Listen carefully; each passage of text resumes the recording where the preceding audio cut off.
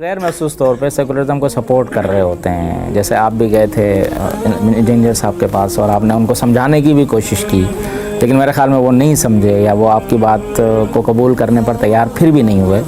تو یہ لوگ جو سپورٹ کر رہے ہوتے ہیں سیکولرزم کو کہ جی اس سے تو یہ اچھا ہے, اس سے تو یہ اچھا ہے, تو یہ آپ کیا سمجھتے ہیں کہ اندرون خانہ یہ ان کے ساتھ ملے ہوئے ہوتے ہیں یا پھر اپنی لا علمی میں یہ سب کچھ ہو رہا ہے, نقصان کرتے ہیں؟ نہیں, نیتوں کا تو بہرحال آدمی نہیں کہہ سکتا, ایٹ لیسٹ پبلکلی تو آپ کے پاس جو ایویڈنس آپ نے تو ان کو احساس دلانے کی کوشش بھی کی نا کہ آپ کو تو اتنا بڑا مجمع فالو کر رہا ہے تو آپ کم از کم بات کریں تو ذمہ داری سے کریں جو بنتی ہے کرنی, لیکن وہ مسلسل اس چیز کو کسی نہ کسی طریقے سے وہ سپورٹ کر رہے ہیں. اس معاملے میں ہمارے لیے کیا دقت ہے؟ جہاں پہ ہم پاکستان کے باقی جو سیکولرز ہیں ان کے خلاف ایک فکری محاذر آئی ہوئی ہے, تو ہمارے لیے تو آپ ایک چہرے کے طور پہ اس ہجوم میں ایڈ ہو جائیں گے. بس ہجوم بھی نہیں ہے, بس ایک 10-12 لوگ. ہمیں افراد کو ہدف تو بنانا ہی نہیں ہے, میرے خیال میں نظریات پر محنت کرنی ہے, کسی کو پوائنٹ آؤٹ کر کے یا کسی کو نشانہ بنا کر تو کام کرنے کی ضرورت. لیکن نظریہ جس کے پاس سے آ رہا ہے اس پہ تو بات کرنی ہے نا, اس پہ ہم ذاتیات پہ نہیں آ سکتے, شکل و صورت پہ نہیں آ سکتے, ان کے ذاتیات پہ وہ ٹھیک بات نہیں ہے. لیکن بہرحال کسی نظریے پہ ہم بات کریں گے تو جو اس نظریے کا پرچارک ہے اس کو تو ہم ڈسکس کریں گے کہ آپ جو کہہ رہے ہیں اس میں یہ غلطی ہے. باقی جو اسلامک سیکولرزم کا ہے, یہ ابھی میرے ہی ایک ٹویٹ پہ یا ایک پوسٹ پہ ایک صاحب نے بڑا زبردست تبصرہ کیا تھا کہ یہ اسلامک سیکولرزم تو ایسا ہی ہے جیسے با حیا بازار حسن ہوتا ہے. تو میں سمجھتا ہوں کہ جمہوریت اسلام کے ساتھ کمپیٹیبل ہو سکتی ہے, کیونکہ دین کلیئر ہے. لیجسلیٹ تو ہم اپنی یہ کہ جب اللہ اور اللہ کے رسول صلی اللہ علیہ وسلم نے کسی چیز پہ فیصلہ دے دیا ہے, سورہ احزاب میں یہ آیت موجود ہے, تو کسی مومن مرد اور مومن عورت کے پاس تو حق نہیں ہے کہ وہ اپنی ثوابدید کو اس میں ایکسرسائز کرے.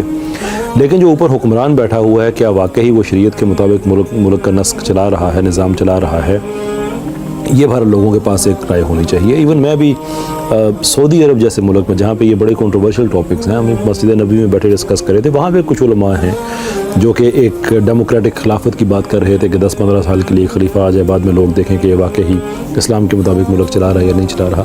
اس طرح کی ڈیموکریسی تو ہمیں نظر آتی ہے, قرآن میں اس کے اشارے بھی مل جاتے ہیں کہ جب صاحبان امر کی بات کی جاتی ہے تو اولو الامر منکم, وہ جو تم میں سے ہیں, تم پر نہیں ہیں, تم میں سے ہیں, تو آپ اس کی تو بہت جسٹیفیکیشن ہے.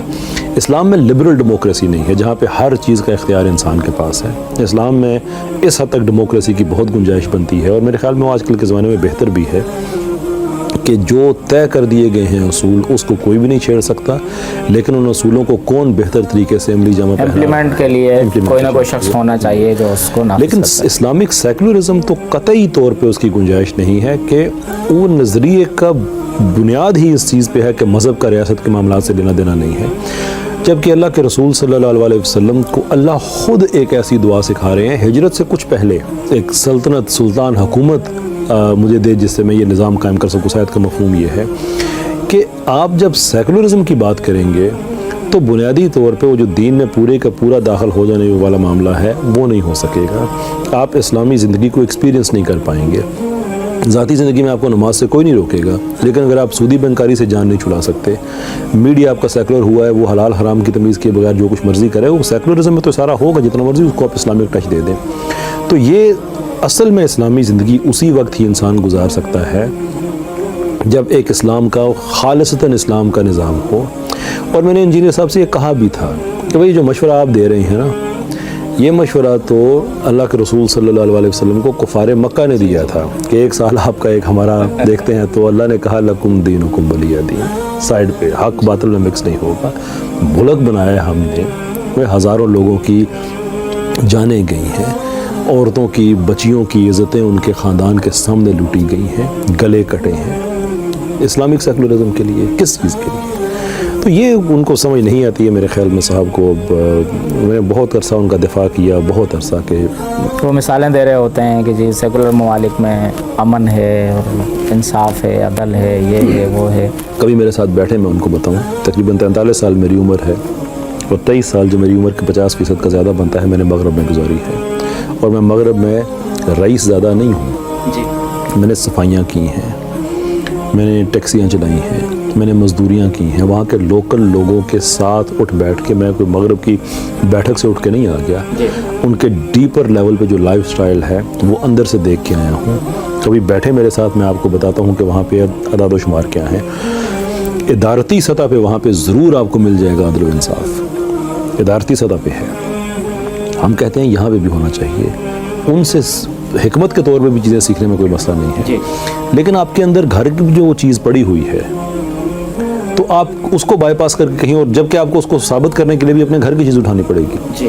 کبھی انجینئر صاحب نے اس اسلامک سیکولرزم کا ایک مشورہ دیا ایک پوڈ کاسٹ میں، تو جو میزبان تھے انہوں نے ان سے پوچھا کہ پھر ملک کا صدر وغیرہ کون ہوگا. ان کا نہیں، وہ ساری کی ساری باتیں جو ہیں تو اسلامک ہوں گی، لیکن جیسے قرآن کہہ رہا نا لا اکراہ فی الدین، دوسروں کو بھی جینے کا حق ہے. قرآن کا سیکولر کتاب، اگر قرآن کہہ رہا ہے تو آپ کہنا چاہیے جو اسلام کہہ رہا ہے. آپ کو پھر سیکولرزم سے یہ چیزیں لینے کی کیوں ضرورت؟ اور سیکولرزم میں اگر اختلاف کی گنجائش ہو تو یہ 15 کروڑ لوگ کیا ان کو وہ گدگدی کرتے ہوئے مار دیے تھے؟ اختلاف کی بیس پہ مارے تھے. سیکولرزم میں اختلاف کا حق نہیں ہے. اس حد تک ہے جتنا عرصہ آپ حکومت کو اس کا کام کرنے دیتے ہیں اور اس کے معاملات میں نہیں آتے تو ٹھیک ہے. جولین اسانج بھی سیکولر ملکوں کا ستایا ہوا ہے. مثال لمبی لسٹ ہے ان لوگوں کی جو زیر عتاب ہیں. اس لیے یہ اچھی باتیں ہیں بس، لیکن وہ خود ہی کہتے ہیں نا ممی ڈیڈی باتیں. جی، یعنی ملک کے اندر یہ چیز ممکن بھی نہیں ہے، اور اس حوالے سے جو لوگ کام کر رہے ہیں بس وہ اپنی روزی حلال کرنے میں لگے ہوئے ہیں. انہیں خود بھی پتہ ہے کہ ایسا ہونے والا نہیں ہے.